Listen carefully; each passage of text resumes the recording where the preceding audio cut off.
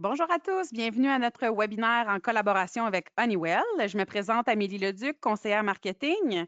Je suis heureuse de vous retrouver en ce premier mercredi de novembre. Le sujet d'aujourd'hui, la protection auditive.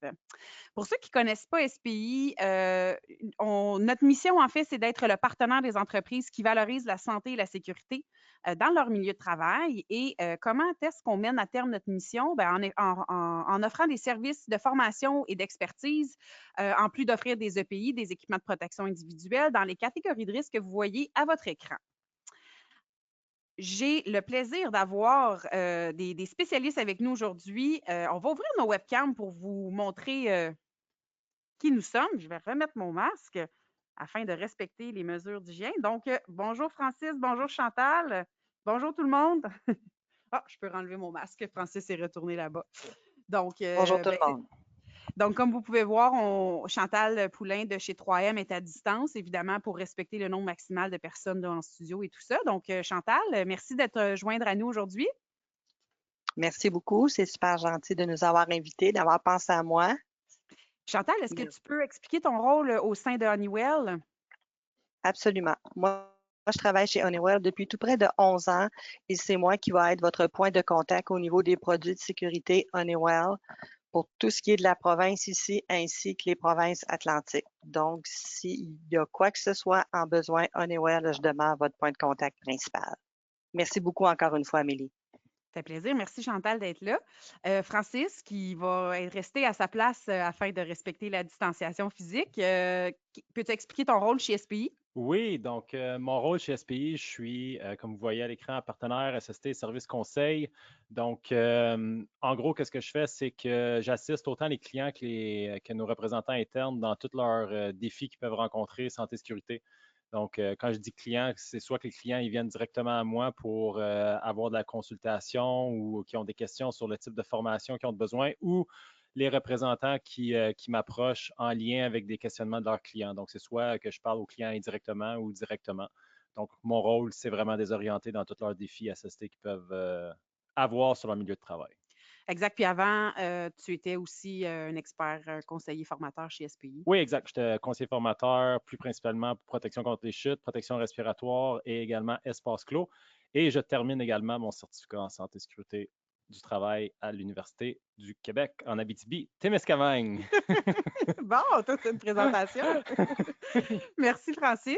Ben, merci, Chantal. On va refermer les webcams afin de vous permettre de voir la présentation qu'on a préparée pour vous. Donc, super.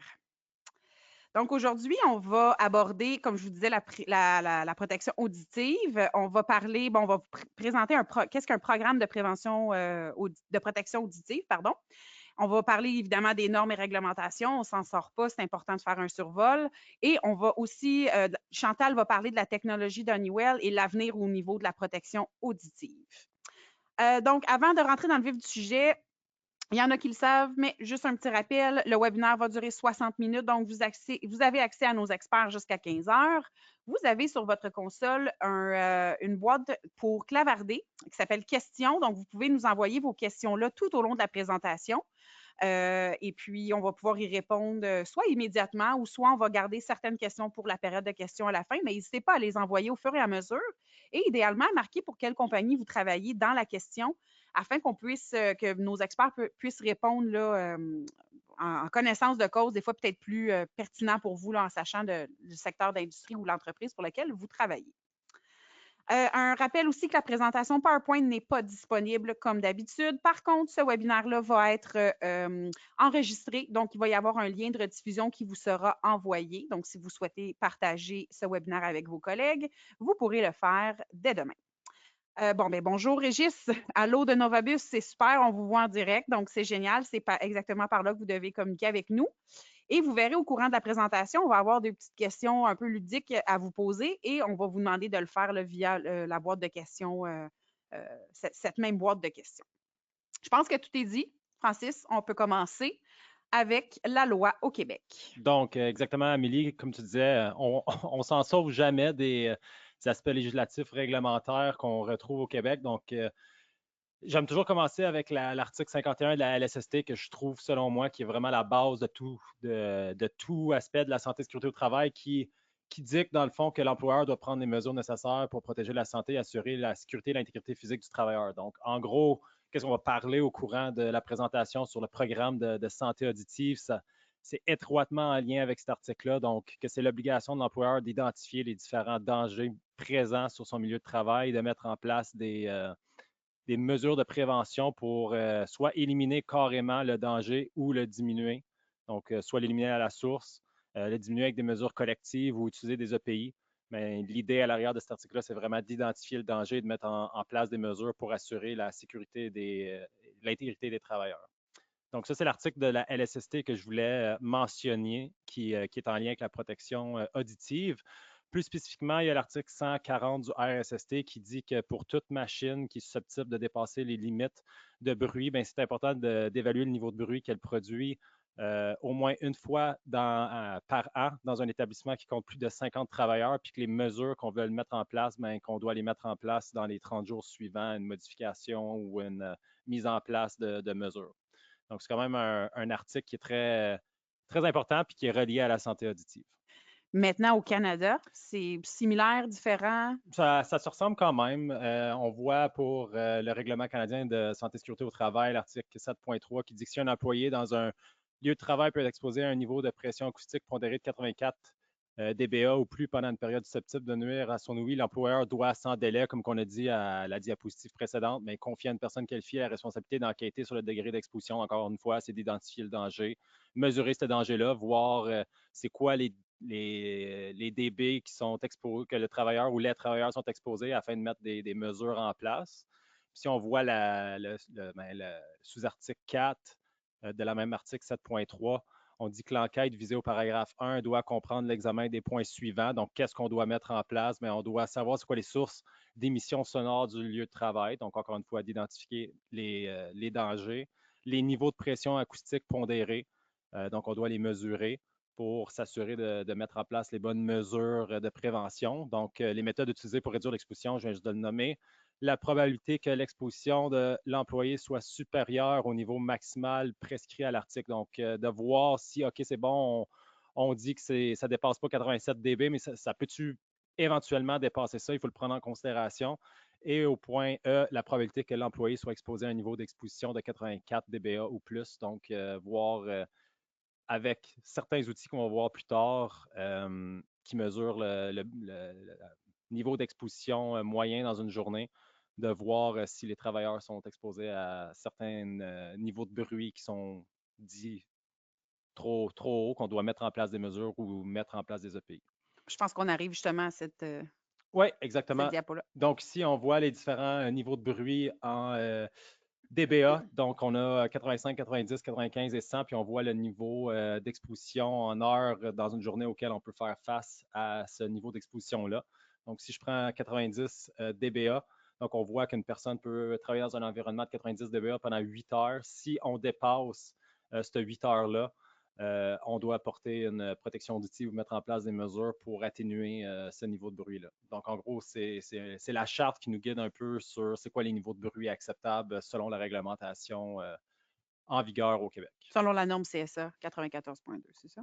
Selon la norme CSA 94.2, là qu'est-ce que je vous montre, c'est vraiment en lien avec la règlement sur la santé et sécurité au travail. La CSA, elle, a son niveau qu'elle veut que tout le monde respecte, c'est 85, comparativement au Québec, on parle de 90. OK. Puis encore, on revient au fédéral au Canada ou de façon globale? Là? Exactement fédéral, mais on voit qu'il y a une certaine différence, quand même assez marquée. Donc, on voyait qu'au Québec, pour une exposition de 90 dBA, on pouvait rester 8 heures dans ce niveau de bruit-là. Si on regarde la réglementation fédérale, qui est un peu plus sévère que la réglementation provinciale, on voit que pour 8 heures, on descend de 3 dBA. Donc, le niveau de bruit acceptable, c'est de 87 et non de 90. Donc, très important de faire la différenciation si vous travaillez dans un environnement à législation provinciale ou fédérale, c'est à prendre en considération, surtout quand on va monter notre programme de santé, de protection auditive au sein de l'entreprise. Exactement. Donc, au fédéral, le facteur de doublage est de 3, puis au provincial, c'était de 5. Si on retourne à la diapositive précédente, c'était un facteur de doublage de 5, exactement. Parfait. Super. Donc, on va rentrer dans le programme de prévention de la perte auditive. Oui, donc, comme tu disais tantôt, Amélie, c'est un des points qu'on voulait principalement aborder au cours du webinaire. Donc, on voit ici les différentes catégories qui doivent être prises en considération quand on monte un programme de prévention de la perte auditive. Donc, si on peut aller à la diapositive suivante. Oui, hey, je m'excuse, Francis, parce qu'on a quand Oui, même deux questions qui parlent au niveau du DBA. oui. Peut-être que aussi Chantal pourra répondre à ces questions-là. C'est qui est soumis à la réglementation fédérale versus provinciale? Ça, c'est vraiment une bonne question. Je l'avais souvent quand j'étais formateur. Souvent, le monde me disait, ben là, je suis au Québec, mais au Québec, c'est au Canada. Fait que là, c'est qu'est-ce que je suis? Il y a certaines entreprises très ciblées qui font partie qui suivent la législation fédérale. Donc, je dirais qu'à 90% du temps, quand on est au Québec, on suit la réglementation provinciale. Des exemples d'entreprises qui sont à législation fédérale, on compte les aéroports, les ports, tout ce qui est en lien avec le transport, en gros. Les banques, les prisons, les compagnies de télécommunications. Donc, en gros, les meuneries aussi, certaines minières. Donc, c'est généralement ces entreprises-là qui sont sous charte fédérale. Puis comme que je dis, sur l'appel en ce moment, sur le webinaire, je suis certain que 95% du monde qui assiste sont sous juridiction provinciale. OK, parfait. On a une dernière question avant de poursuivre. J'ai Sandra, non, Marie-Ève, pardon. Marie-Ève travaille chez Bell Solutions Tech et elle est sous la juridiction, ben, je dis juridiction, là, c'est peut-être pas ça, Si là. c'est Bell Canada, c'est fédéral. Fédérale, c'est ça exactement, Mais si excuse-moi. c'est Bell, il y a d'autres compagnies qui s'appellent Bell. Exemple, Ouais. Fromagerie Bell, ça c'est provincial. Là, on parle de Bell Solutions Tech. Sa question, bref, c'est 8 heures si on dépasse, on porte un EPI après les 8 heures ou si on porte toute la journée parce qu'on dépasse le 8 heures. Je ne sais pas si c'est clair. Ben, en gros, c'est. Je sais pas si. En tout cas, la question que tu me dis, si tu veux revenir diapositive Ouais. précédente, si on dépasse 8 heures d'exposition, souvent on Ah, va ça, se c'est fier clair. sur le 85 dBA au lieu, qui dit que quand on fait exemple un chiffre de 12 heures, de 16 heures, qui est plus que 8 heures, bien, on devrait se fier sur le 85 dBA à la place du 90. Mais 90, comme que tu as mentionné tantôt, la norme CSE, elle a dit 85. Fait que même 90, c'est beau de suivre la réglementation provinciale, mais on devrait toujours essayer de diminuer au plus bas nos expositions au bruit. Il y a beaucoup de personnes qui trouvent que 90, c'est quand même assez élevé comme norme. Si on se fie à certaines autres provinces au Canada, c'est 85 dB le niveau de bruit acceptable en milieu de travail. Donc, moi, je dirais à cette personne-là, il faut, pour savoir c'est quoi le niveau de bruit qu'une personne est exposée au courant de la journée, il faut avoir des appareils spéciaux qui mesurent la moyenne d'exposition.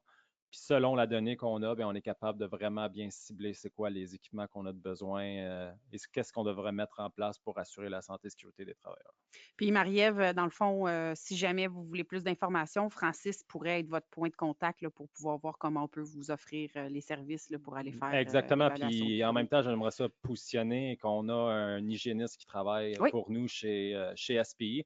Donc, c'est pas moi l'hygiéniste industriel. Donc, c'est sûr que s'il y a des questions un peu plus pointues, si on veut, ben c'est sûr que vous pouvez nous faire transférer votre demande, puis on va la transférer à notre hygiéniste qui va se faire un plaisir de vous y répondre. exactement, Sébastien de son nom. Parfait. Dernière petite question, la construction et la législation du Québec. Dans le fond, c'est sur le provincial ou le fédéral, je présume que la question, le secteur de la construction. Il y a un règlement spécifique pour la construction. Là, on parle du règlement sur la santé et sécurité au travail, OK. du travail, mais il y a le Code de sécurité des travaux de construction aussi qu'on pourrait prendre en considération, mais je ne l'ai pas mis dans la présentation ici. Donc, encore une fois, s'il y a des questions plus spécifiques en Mhm. lien avec cette réglementation-là, on pourrait l'évaluer. Absolument. Parfait. Super. Merci beaucoup, Francis. Donc, on va continuer. Fait que tu avais parlé du fait qu'on a besoin d'un programme de prévention de la perte auditive et on était rendu à la détection du bruit, Oui, soit le exactement. danger. Donc, comme que je vous ai dit, c'est vraiment d'identifier les dangers sur un milieu de travail, c'est important. Donc là, on parle de bruit, donc s'identifier les zones à risque. Donc, il y a deux manières qu'on est capable de faire ça. En premier lieu, on peut faire une cartographie de bruit. pour un peu évaluer c'est où nos hauts niveaux de bruit dans notre emplacement de travail. Donc, exemple, dans la shop, ça se situe en tant et tant de dB, dans les bureaux en tant et tant de dB, dans la cour arrière en tant et tant de dB. Donc, c'est vraiment ici une map de l'entreprise qui un peu nous identifie où c'est qu'elle est zone à risque. Puis ça nous permet un peu en faisant ça, de voir si où il faut qu'on mette les enseignes qu'on va voir plus tard de communication aux travailleurs et aux sous-traitants qui viennent dans notre lieu de travail, de voir, OK, c'est bon, là, je rentre dans une zone qui est à bruit, il faut que je me protège, il faut que je mette mes coquilles, il faut que je mette des bouchons, etc. Donc, c'est quelque chose qui nous aide à déterminer les zones à risque. Et comme que je disais tantôt, important, les travailleurs qui travaillent dans des environnements bruyants ou avec des équipements qui produisent beaucoup de bruit, d'utiliser l'équipement de dosimétrie. Donc, c'est ça qui va nous permettre de faire une moyenne au courant d'un quart de travail, à voir c'est quoi les niveaux d'exposition des travailleurs afin de mettre en place les bonnes mesures. Parfait. Justement, on tombe dans la hiérarchie des contrôles, Oui, Francis. j'en ai un peu parlé, fait que je ne vais pas passer énormément de temps là-dessus, mais comme j'ai dit, l'importance, c'est en premier lieu de toujours essayer d'éliminer le danger à la source. Donc là, si j'ai quelque chose, un appareil qui fait du bruit, ben, je suis capable de remplacer ce procédé-là par un autre qui fait carrément pas de bruit ou qui en fait moins. Est-ce que je suis capable de remplacer cet équipement-là pour un danger moindre? Donc, exemple, une machine, je ne sais pas, un modèle 1, 2, 3, mais il y a le modèle 4, 5, 6 qui existe aussi, qui fait 2 fois moins de bruit, mais on pourrait le remplacer pour un danger qui est un peu moindre. Concevoir des contrôles, donc ça, c'est des moyens collectifs. Donc, est-ce qu'on peut envelopper cette machine-là de quelque sorte, soit avec des ingénieurs ou avec quelque chose qui existe déjà en place pour diminuer le bruit directement avec des sources collectives? Sinon, des contrôles administratifs en avant-dernier lieu. Donc, s'il y a une machine qui m'expose à 85 décibels, est-ce que je peux alterner au courant de la journée avec d'autres travailleurs pour ne pas être obligé de travailler sur cet équipement-là pendant 8 heures? Et en dernier recours, il y a les EPI, donc les coquilles, les bouchons, etc. Parfait. Donc, maintenant, la portion contrôle de l'exposition au bruit. C'est ça. Donc, encore une fois, là, c'est le RSST, donc Règlement sur la santé et sécurité du travail.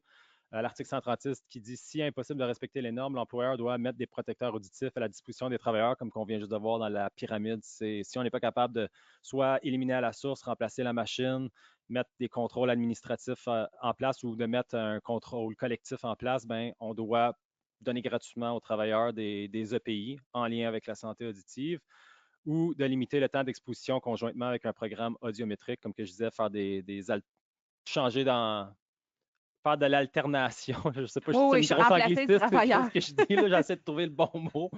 Mais Alterner le personnel, là, un 4 heures là, un 4 heures sur exactement, une autre tâche. exact.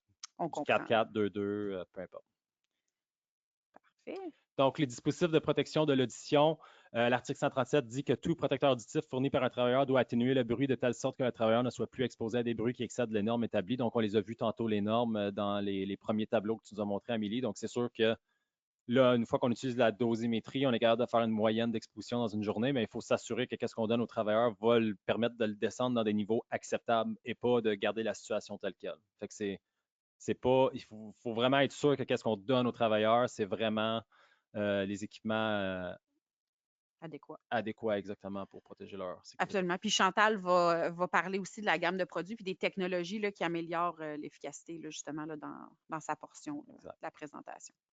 Les examens biométriques, tu as Oui, glissé un mot tantôt, ben mais oui, mais les examens audiométriques, ce serait quand même intéressant de mettre dans votre programme de protection auditive. En gros, ça permet d'évaluer le niveau auditif de vos travailleurs à un moment X et de le réévaluer à un moment Y. Donc, pour voir s'il y a eu une perte d'efficacité de son ouïe à travers une certaine période de temps. Donc, un exemple que je peux vous donner, à l'embauche, on fait passer un test. Lorsque l'employé décide de quitter, bien, on fait passer un test, puis on voit dans, exemple, 5 ans, son niveau de oui, as-tu diminué, as-tu resté pareil? S'il y a une dégradation, parce que c'est normal d'avoir une dégradation avec l'âge, mais si c'est une dégradation normale ou ça a été une dégradation quand même assez importante, fait que, on peut se décider dans notre programme une certaine, puis ça peut changer selon le type de poste ou le type d'équipement que le travailleur travaille avec, mais de mettre un timeline, si on veut, sur quand est-ce qu'on passe un test, puis quand est-ce qu'on fait repasser le test à l'employé afin de s'assurer que sa santé auditive est quand même en bon état, puis elle ne se dégrade pas trop vite. Seulement par la suite, communiquer le danger. Je pense qu'on parle d'affichage. On avait parlé tantôt, donc la cartographie nous aide énormément avec ça. Donc, communiquer le danger des pancartes zone de bruit qui va nous dire, OK, on rentre dans une zone à risque, on a besoin de se protéger. Et ça peut être aussi des indications sur le plancher, également des pancartes. Puis ici, communiquer le danger. Formation, c'est aussi communiquer le danger. Donc, il faut s'assurer que les travailleurs ont la formation, les connaissances nécessaires pour effectuer un travail en toute sécurité. Donc, c'est pas juste leur dire mettre des bouchons, il faut qu'ils comprennent pourquoi ils mettent des bouchons, pourquoi c'est important. Leur communiquer c'est quoi le danger de travailler dans un environnement bruyant si on ne met pas des bouchons, des coquilles, peu importe. Donc, ça fait toute partie de communiquer le danger. Absolument. Puis on remarque aussi que les travailleurs qui sont informés vont plus être portés à porter l'équipement puis à se protéger aussi. Donc, exactement. Exact. Parfait. Maintenant, contrôle du rendement, évidemment. Bien, en gros, ça veut dire qu'une fois qu'on met tout ça en place, on ne le laisse pas dormir pendant 15 ans puis on n'y touche pas. Idéalement. On a besoin de faire de la maintenance. C'est comme une maison. Une maison, si tu emménages dedans et tu ne fais rien pendant 15 ans, ça ne va pas être beau à voir dans 15 ans. C'est la même chose avec un programme. Il y a des choses qui peuvent changer d'entre-temps. Comme on disait tantôt, d'évaluer le niveau de bruit d'un équipement à chaque année si on pense que ces niveaux de bruit excèdent les niveaux acceptables. Donc, des machines aussi, des équipements, on a besoin de faire de la maintenance préventive. Donc, ça se peut qu'une nouvelle machine va faire 90 dB de bruit, mais qu'après 10 ans, qu'elle en fasse 95, 96. Donc, c'est de réévaluer constamment, être sûr que notre programme est toujours à jour, puis que les protections, puis les normes inscrites dans le programme sont à jour aussi. Absolument. Toutefois, il y a des bémols, mais... C'est ça, on parlait du programme, comment que le règlement sur la santé et sécurité au travail le perçoit, mais le règlement canadien d'SST mentionne, lui, d'établir un programme en collaboration avec le comité local sur 3 points, notamment l'ajustement, l'entretien et l'utilisation des EPI. Mais ce que nous autres, on propose, c'est vraiment de mettre en place un programme qu'on vient juste de vous montrer. On trouve que c'est beaucoup plus, que ça couvre beaucoup plus d'éléments. Ça fait vraiment...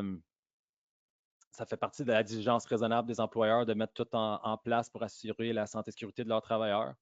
Quand on se fie à la LSST, l'article 51 qui dit que c'est pas mal dans l'obligation, mais c'est légalement dans l'obligation de l'employeur d'assurer un milieu sain et sécuritaire aux travailleurs, c'est pour ça qu'on recommande de bâtir le programme avec tous les éléments qu'on a vus.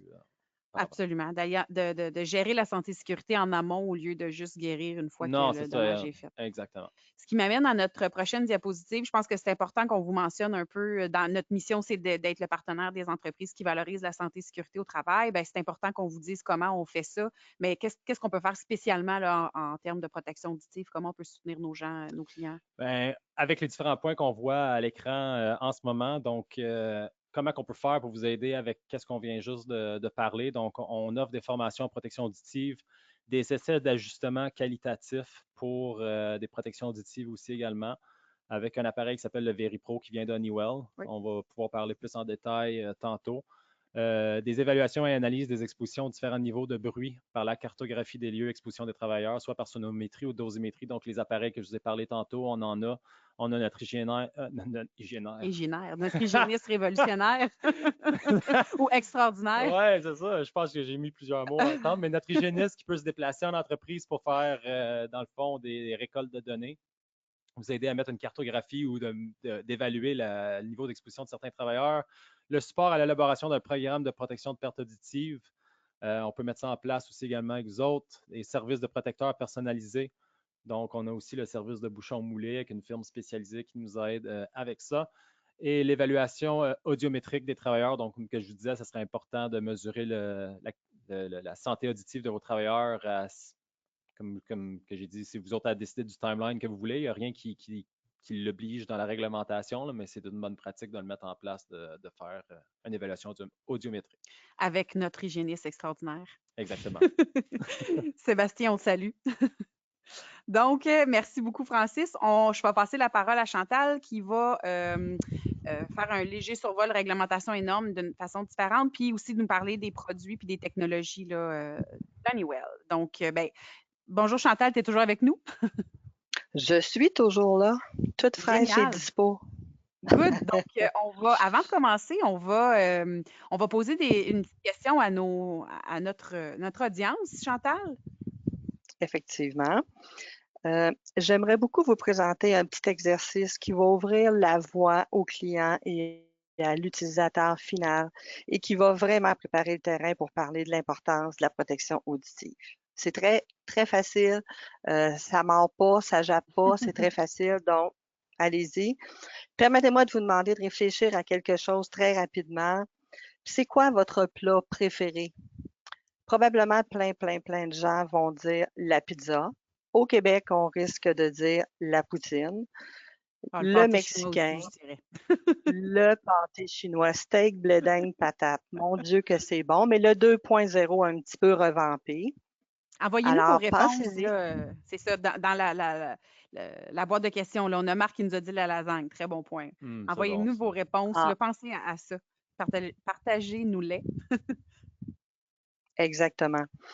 Puis en même temps, pensez-y aussi, c'est quoi votre son préféré? Qu'est-ce qui serait le plus dur à perdre? Est-ce que c'est le son de la voix de vos enfants? Est-ce que c'est le son d'un rire quelque part? Est-ce que c'est les vagues, les oiseaux? Partagez-nous les réponses. Qu'est-ce qui serait le plus difficile pour vous autres de perdre s'il y avait lieu de? Je vois les réponses rentrer, là. Hamburger steak, musique, chicken, tikka masala. Ça, Hmm. c'est bon. Oh, C oui. ça, Tu veux-tu, Chantal, j'ai aussi qu'on besoin de écrit, comprendre. tu veux-tu qu'on écrit aussi les sons que ça ne nous dérange pas de perdre, par exemple?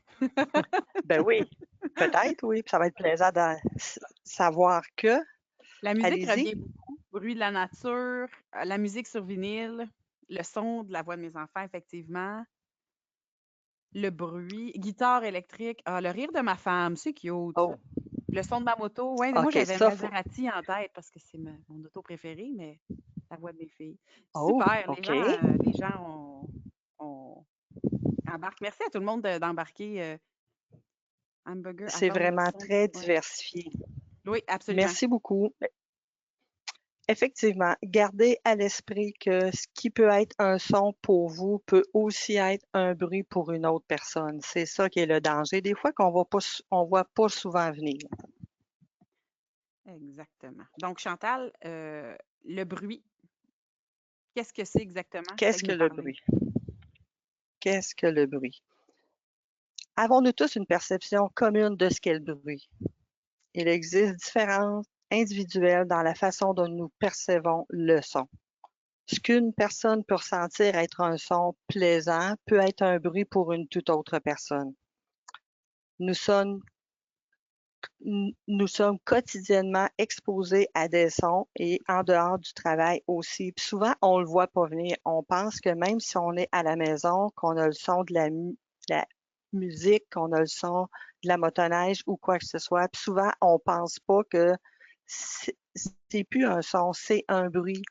Donc, c'est là que ça va devenir dommageable. Puis c'est là que les gens pensent souvent pas qu'il faut qu'ils se protègent aussi. En plus de tout ça, si vous êtes obligé de crier pour être, pour être entendu à plus que 2 mètres d'une personne, il faut vraiment que ça lève une question puis se dire, bon, est-ce que j'ai un problème? Est-ce que je suis dans une place où est-ce que je devrais réellement être protégée? Souvent, la réponse, c'est oui. On s'en rend pas compte, on le sait pas, on s'en doute pas, mais c'est souvent le cas. Absolument, ça devient dangereux à ce moment-là. Ça devient dangereux parce on le voit pas venir. Comme Exactement. je dis Là, on voit. toujours, la perte, oui, Non, non, vas-y, vas-y. Chantal. La perte auditive, c'est très sournois. Ça cause aucune douleur, ça cause aucun traumatisme visible, aucune cicatrice, on voit rien. C'est imperceptible à ses débuts et ça s'accumule d'heure en heure. Puis ce qui est le pire dans tout ça, c'est que c'est permanent et que c'est évitable à 100%. Fait Absolument. qu'ici, qu'est-ce qu'on voit à gauche? C'est une oups, Oui, désolée, à- j'ai accroché le au- piton là. On voit bien les deux auditions là. exactement. Parfait. Celle de gauche, c'est celle qui est en pleine santé. Celle de droite, c'est une personne d'à peu près, je vous dirais, à peine 30 quelques années, qui a vécu vécu dans beaucoup de musique forte, beaucoup de choses où est-ce qu'il y avait beaucoup de bruit et maintenant, elle ne peut plus entendre les sons de haute fréquence. C'est comme perdu pour toujours. Fait qu'elle peut pas le récupérer, malheureusement. Effectivement. Je retourne à à la prochaine diapo. Désolée encore, Chantal. Donc, qu'est-ce qu'un décibel? Aucun On a problème. parlé tantôt dB, dBA. Qu'est-ce qu'un décibel? Exactement. Un décibel, c'est une unité utilisée pour mesurer l'intensité d'un son ou le niveau de puissance ou d'un signal électrique en le comparant avec un niveau sur une échelle logarithmique. Fait que ça, c'est les grands termes. En termes simples, euh, le son est une échelle logarithmique et non une échelle linéaire, comme je viens de dire. Lorsque le niveau sonore augmente de 3 dB, le niveau de son double. On le voit bien en bas ici, une augmentation du niveau de 3 est 2 fois l'énergie. Fait que ça, c'est quand même assez simple. Un bruit de 10 décibels va égaler 10 fois plus de son. Fait que plus que tu montes, je viens rejoindre un petit peu ce que Francis expliquait, plus que tu montes, plus que ton niveau de son d'énergie va augmenter. Puis quand il augmente de 10, on le perçoit très peu, mais le cerveau, lui, il va le percevoir très bien. En règle générale, vous devez augmenter une source sonore de 10 décibels avant de percevoir 2 fois plus fort le son. Fait que c'est très théorique. Ce qu'il faut retenir de tout ça, c'est que c'est très sournois. Donc, plus que tu augmentes, plus qu'il faut suivre ça de près. Fait que c'est là que nous, Honeywell, on peut être là pour aider. On a parlé tantôt avec Francis de l'exposition au son. Peut-être nous présenter le graphique à l'écran. Alors, le graphique ici présent, comme Francis expliquait, chaque personne peut être exposée à un maximum de 90 décibels accumulés au cours de 8 heures. Ça, c'est la règle générale. Étant donné que le son il est sur une mesure logarithmique où une augmentation de 3 dB équivaut à 2 fois l'énergie sonore, des fois, il y a des petits changements des niveaux sonores qui peuvent fortement influencer le temps de l'exposition. Cela signifie qu'une exposition de 115 décibels pendant 28 secondes équivaut à une exposition de 85 décibels pendant 8 heures. OK.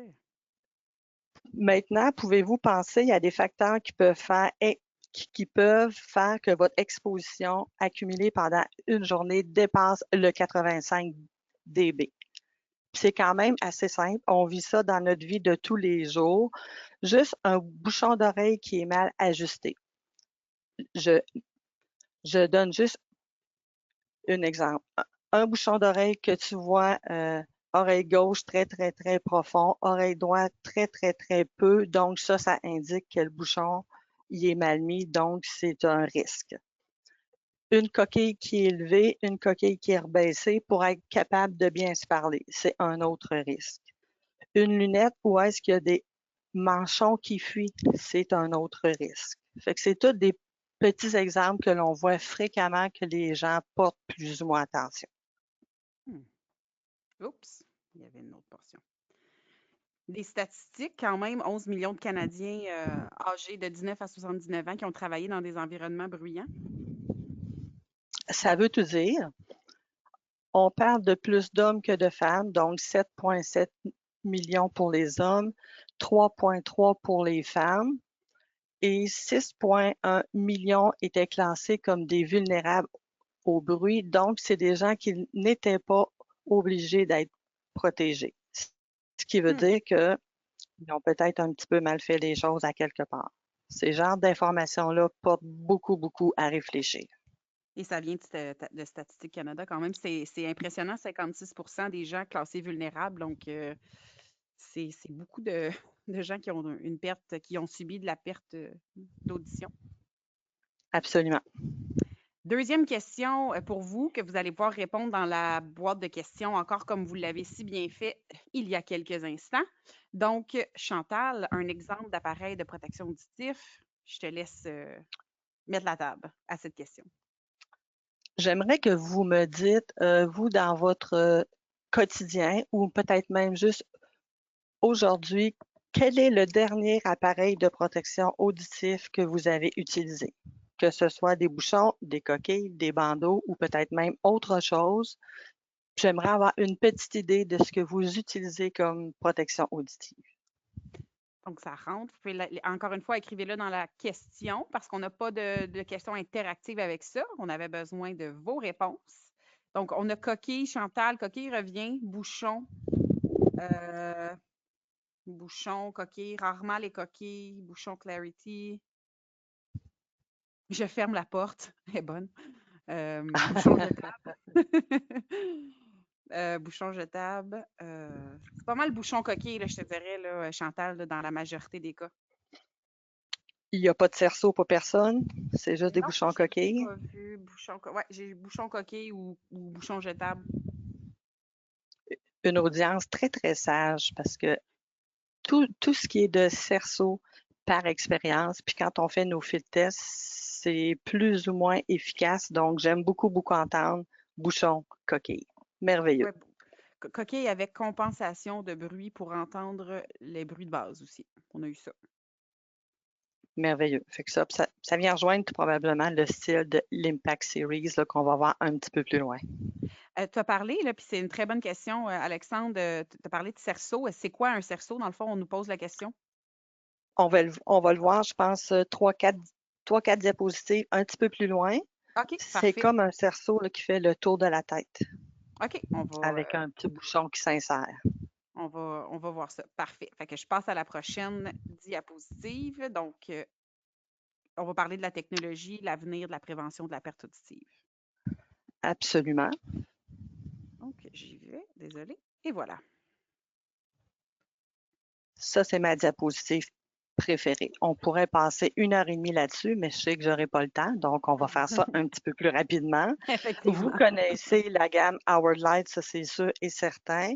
On va juste en passer une coupe en revue, dont les 2 premiers qui sont le Max et le Max Small. Beaucoup de gens qui connaissent Howard Light, ils connaissent le Max, qui est le gros bouchon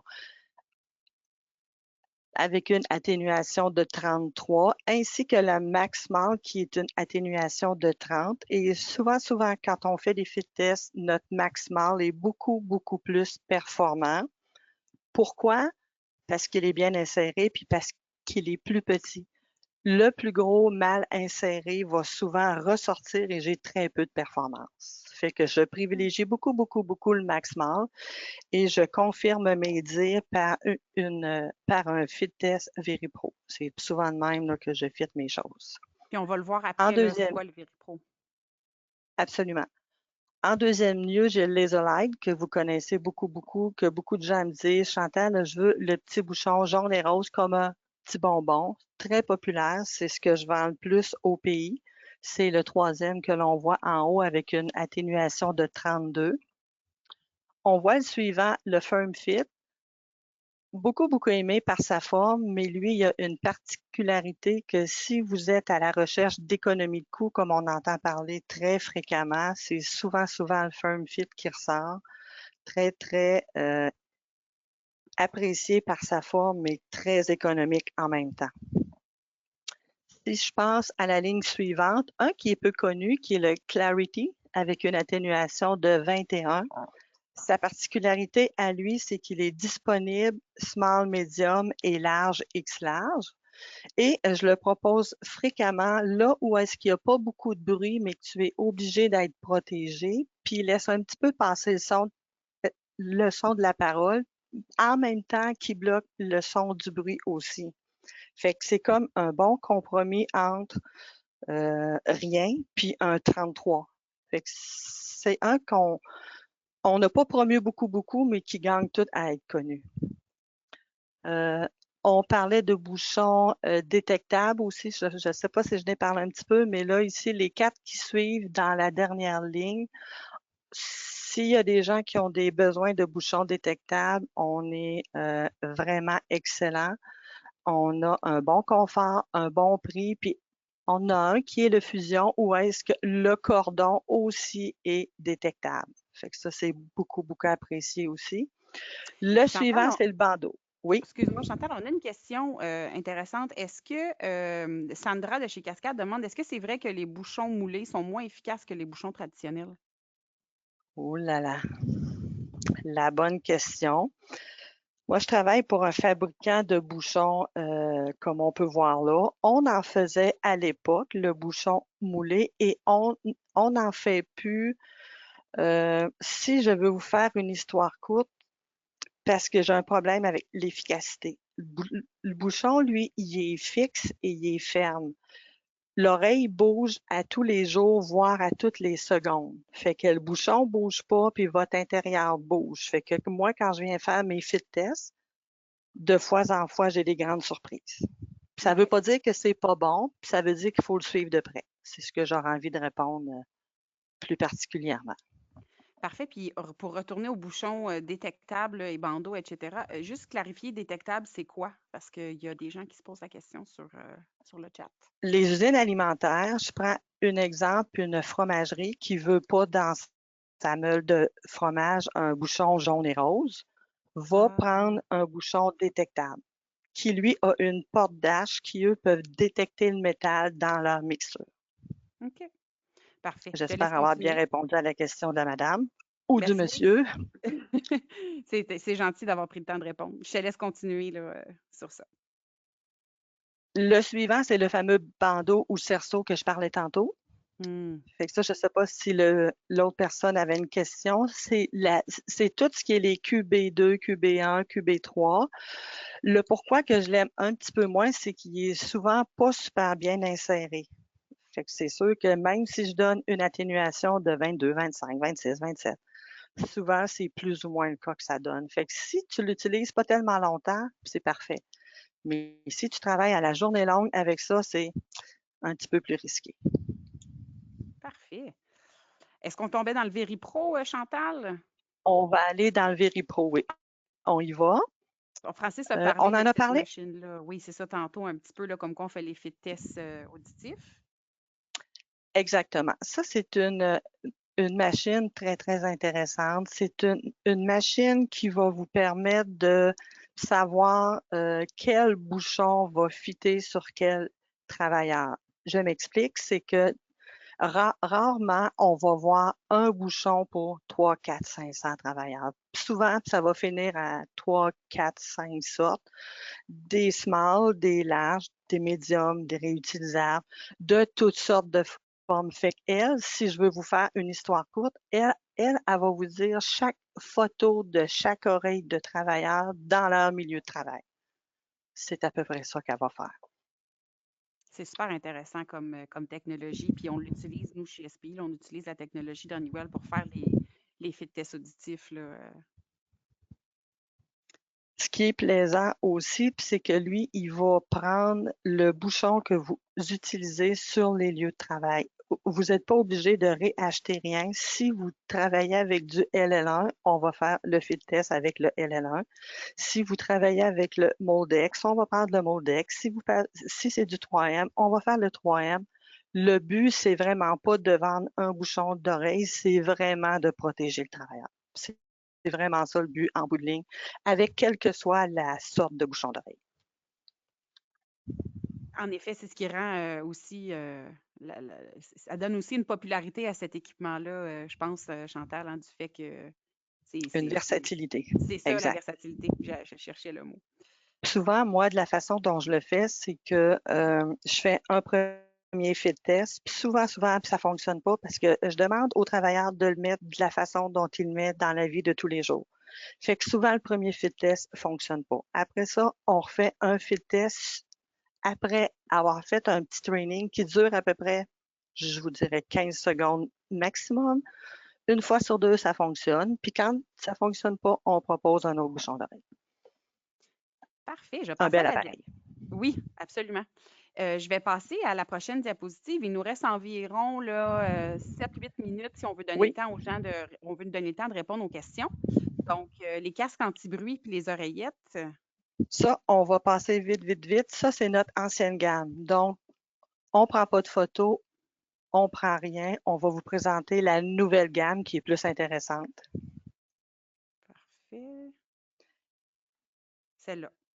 Et celle-ci, elle nous a permis de gagner un prix en 2019 dû au confort et à la technologie de nos nouvelles coquilles passives. C'est vraiment génial qu'est-ce qu'on a sorti. Super. Ben oui, justement, on tombe dans le. Tu vas nous parler là, de quelques produits là, de nouvelles technologies finalement. Donc, celui-là qu'on voit à l'écran. Les caractéristiques principales de celle-ci, qui est les VS100, bien sûr, il y a une coquille dite électrique, ça c'est sûr. On a aussi augmenté la grosseur intérieure de l'oreille. C'est 16% plus gros, fait que ceux qui ont des plus grandes oreilles, parce que ça arrive de temps en temps, puis ça ne rentrait pas toujours, c'est plus large et on a aussi agrandi le cerceau pour que tout le monde fitte. Particulièrement aussi, une chose qu'on fait, c'est que quand tu mets une coquille, au bout de 10-15 minutes, elle reprend une forme plus élargie sans diminuer la protection. Fait que ce qui fait que ça évite beaucoup, beaucoup de maux de tête dans le futur parce que ça sert toujours durant 3, 4, 5, 6 ans. Les travailleurs aiment moins ça. Absolument. Celui qui s'attache sur le casque de construction. Le casque de construction, la particularité, c'est un petit peu les mêmes que je viens de penser. Une chose qu'il y a de plus, c'est que notre adaptateur peut être interchangé individuellement. Fait que tu n'es pas pris pour changer toute la coquille au complet. Tu changes seulement la pièce d'adaptateur. Fait que c'est une petite chose qui est très intéressante. Absolument. Électrique. Ouais, électronique, pardon. Les électroniques, les séries en haut, qui est la Impact, c'est celle que je peux parler en même temps. Puis ça va couper le son à 85 tout le temps parce qu'elles sont ajustées pour que ça coupe à 85 et ça va augmenter le son de la parole. Fait que c'est très, très apprécié, soit sur une atténuation de 22 ou de 30 ou les 21 pour celles qui vont sur des casques. Si on va vers la Sync, c'est le même principe, mais on vient de réajouter une série Bluetooth qui est la Sync, qui est très appréciée aussi. Mm-hmm. Puis, on va voir un petit peu plus loin notre dernier bébé qui est le VSHS. Je vais comme accélérer le pas un petit peu pour qu'on rentre dans les délais. Ici, oui, attends un petit peu. Exactement. Je vais vous le faire en résumé. C'est que ça va vous permettre de voir exactement ce que votre travailleur voit ou plutôt entend sur une journée de travail. Ça, c'est ce qu'on voit à l'écran, le Chantal. Ça, c'est ce qu'on voit à l'écran. Parfait. Exactement. Il fait son chiffre de 8 à 5, il revient à 5 heures. On transfère les informations dans un système qui est notre Safety Suite et on vous donne toutes les informations à la seconde près de tout ce qui s'est passé dans la journée. Fait que, en résumé, puis c'est pas mal ça que ça fait. Elle existe aussi sur un casque, elle existe sur la tête et elle existe à l'intérieur de l'oreille. Ça, c'est les particularités de ce VeriShield-là, appelé le VSHS. Comme c'est un brand name, c'est le VeriShield Smart Hearing Solution. Il n'y a pas vraiment de mot français. Non, c'est ça. C'est pas une erreur de ma part de ne pas avoir traduit. Non, donc, c'est vraiment, on l'a mis c'est comme vraiment ça. nous. C'est voulu, exactement. Absolument. Puis ça vous décrit ici qu'est-ce que ça peut faire, c'est que c'est les informations de tous vos travailleurs sur un logiciel, de tout ce qui s'est passé dans une journée. Fait que bref, c'est une photo de leur journée de travail. Exactement. Puis les deux prochaines diapositives, en fait, les trois prochaines diapositives, vous pouvez les télécharger sur votre console que vous avez devant vous, documents à télécharger. Donc, vous allez retrouver là, les particularités du VeriShield 300 qu'on voit à l'écran et ainsi que le VeriShield In-Ear Headset qu'on va voir après. Donc, je te laisse présenter celui-là, Chantal. Celui-là ici, en fait, la particularité de chacun, celui qui va sur la tête, il possède une atténuation de 25. Celui-là qui va sur un casque, c'est une atténuation de 29. Lui qui rentre comme oreillette, il a une atténuation de 29 aussi. Celui-là. Celui-là. OK. Et puis, il est il fait son propre fit test autonome aussi. Fait que le travailleur part, puis il peut pas travailler tant que son fit test sera pas fait. Donc, ça va assurer qu'il est protégé. Fait que c'est une caractéristique qui est super intéressante. Et bien sûr qu'il se branche sur les iPhones, les iPads et toutes ces choses-là qui font de la belle petite musique. Il y a des questions intéressantes que je vais prendre le temps de répondre vu qu'on est dans le sujet là. Sandra demande donc le VeriShield, là, le VSHF sert de dosimétrie en quelque sorte. En quelque sorte, oui. OK. Et il y avait une autre question. Bon, les paramètres sont-ils ajustables? Donc, la norme à 85, taux de bisection, seuil d'intégration. Ça, c'est Oui, Nicolas qui pose c'est la question. ajustable. Oui, c'est Ajustable. ajustable. Parfait. Super. On a encore une question là, de Marc. Marc, je ne vous ai pas oublié. On va y revenir là, à la fin là, à votre question. Donc, évaluer le niveau sonore. Ici, en fait, c'est comme une photo de où est-ce c'est quoi le son. Si vous regardez, quand les gens, quand nous, on se parle, on est environ à 65, 66, 67. Quand les gens se chuchotent, on tourne autour de 30. Un séchoir à cheveux de mémoire, il est autour de 90. Fait que là, on est comme à cheval sur la norme. Fait que quand on sèche les cheveux, il faut quasiment porter des bouchons d'oreille, façon de parler. Un avion puis une sirène, c'est très, très haut. Fait que c'est juste une photo d'où est-ce que les bruits sont. Puis souvent, on les reconnaît pas puis on y pense pas, mais c'est juste pour être un petit peu plus conscientisé, si on peut appeler ça comme ça. Exactement. Puis ce tableau-là qu'on vous voyez à l'écran là, fait partie là, du document que je vous invite à télécharger là, où on présente les deux appareils VeriShield. Donc, évidemment, on va poursuivre avec la période de questions, tout ça, mais je voulais juste vous dire, si vous avez des questions, vous pouvez communiquer avec nous à cette adresse courriel-là ou encore, excusez-moi, à cette adresse courriel-là ou encore à le numéro de téléphone. Puis il y a aussi Honeywell sur leur site web des ressources, évidemment. Le site web est en traduction en français, là, il y a des portions qui sont traduites, des portions qui ne le sont pas. Mais si vous vous débrouillez bien avec l'anglais, là, vous allez être en mesure de voir l'ensemble l'ensemble de l'offre là, de Honeywell. Donc, on va passer aux périodes de questions, mais juste avant, pour ceux qui n'auraient peut-être pas de questions nécessairement, qu'on y aurait répondu, on va vous poser une question, savoir si on peut vous aider et comment vous a présenté les services qu'on offre chez SPI en collaboration avec Honeywell. Donc, à votre écran, vous allez voir les réponses, vous allez pouvoir en choisir plus d'une. Est-ce que vous aimeriez avoir une démonstration de la série VeriShield d'Honeywell, le soutien de représentants SPI Honeywell pour effectuer l'audit de vos équipements de protection individuelle, voire à définir des alternatives possibles quand on parle de protection auditive? Comme Francis a parlé de l'expertise SPI avec votre programme de prévention de la perte auditive, on peut vous aider à créer, à implanter, à réviser un plan déjà existant, un programme déjà existant. Auriez-vous besoin d'aide au niveau de l'essai d'ajustement qualitatif, donc pour vous assurer du port efficace? C'est ce qu'on fait avec le VeriPro que Chantal vous a présenté.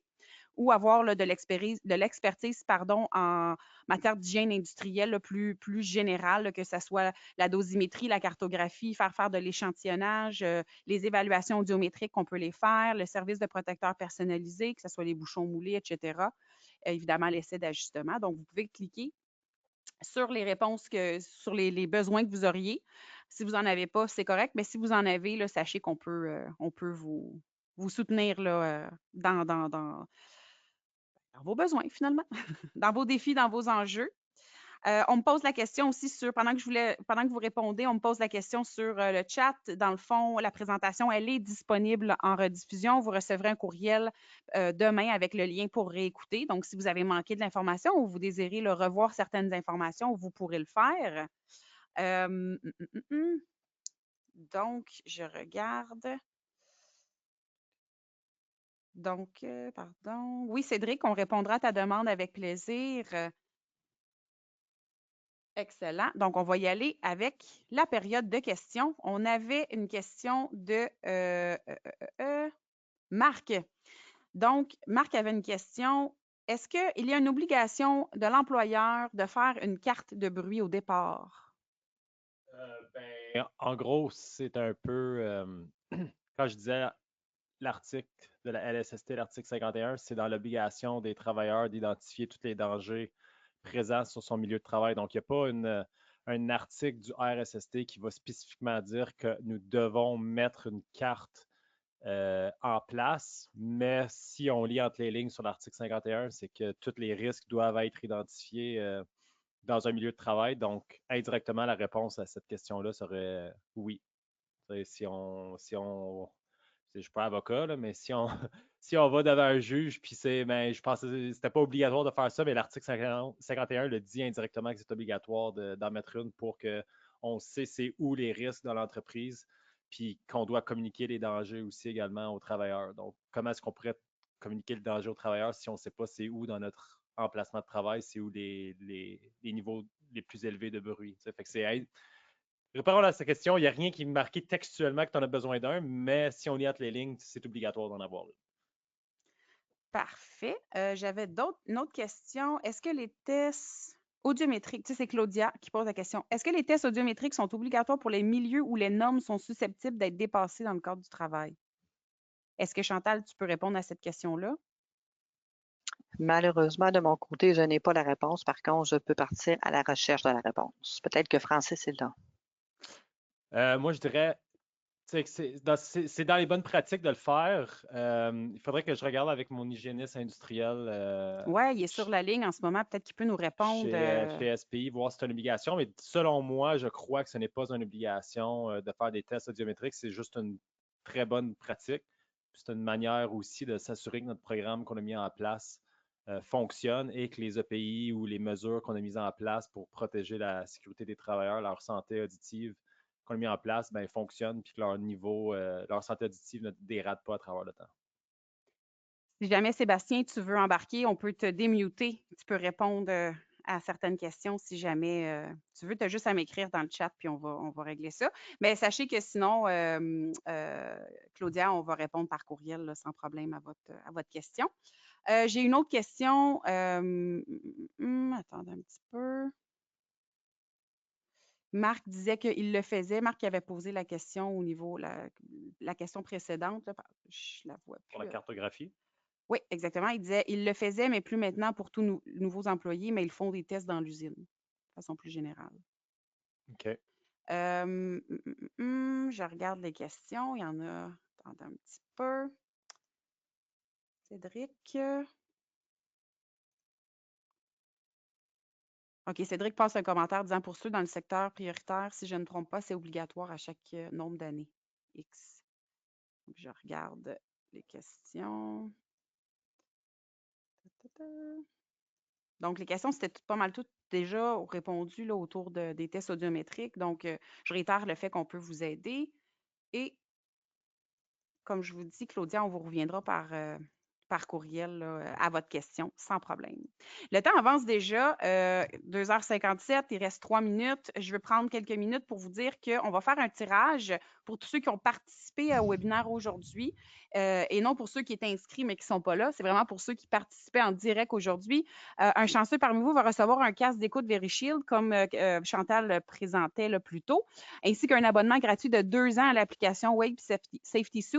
Tout ça qui est d'une valeur de 1 160 $. Donc, on va procéder au tirage ce vendredi et on enverra un courriel à la personne gagnante. Donc, si vous ne recevez pas de courriel d'ici vendredi 17h, c'est que malheureusement, vous n'êtes pas la personne gagnante. Mais sachez qu'il y aura une personne gagnante et on affichera le nom de cette personne-là sur nos réseaux sociaux. Donc, si vous voulez voir c'est qui, abonnez-vous à notre page Facebook et notre page LinkedIn SPI Santé Sécurité. Vous pouvez voir à l'écran ce que ça comprend. Donc, Chantal, si tu permets, les gens vont voir, là, ce que ça comprend. Puis, j'avais...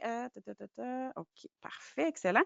Aussi, on a des formations publiques à venir dans les catégories catégories de risque que vous voyez à l'écran. Réaliser des essais d'ajustement, espace clos. On en a même une sauvetage en espace clos, 3 jours dans notre simulateur qui arrive là, à Blainville dans les prochaines semaines. Donc, il faut vous inscrire, vous communiquez à l'adresse, vous allez sur notre site web, vous inscrivez en ligne ou vous communiquez directement avec nous et notre collègue Brigitte se fera un plaisir de vous donner de l'information et de vous inscrire. Finalement, on a un prochain webinaire dans 2 semaines où on va parler du programme Guardian and Soul au niveau de la protection des mains. Et comme je viens de vous dire, là, on se retrouve sur les réseaux sociaux. On a un blog sur notre site web, donc on vous invite à vous inscrire à notre infolette afin de recevoir toutes les informations. Ben, merci beaucoup, Chantal. Merci, Francis. Il était 59. J'apprécie votre présence, les informations que vous nous avez données aujourd'hui. Merci, Amélie. Merci à vous deux. Merci à nos participants pour avoir répondu à nos questions et pour avoir participé là, activement à notre webinaire. Évidemment, je vous invite à répondre à notre court sondage. C'est toujours dans l'objectif de s'améliorer. Ça vous prend quelques secondes, mais pour nous, ça nous donne une mine d'informations. Et au nom d'SPI et Honeywell, je vous souhaite une belle journée. Puis surtout, soyez prudents. À la prochaine.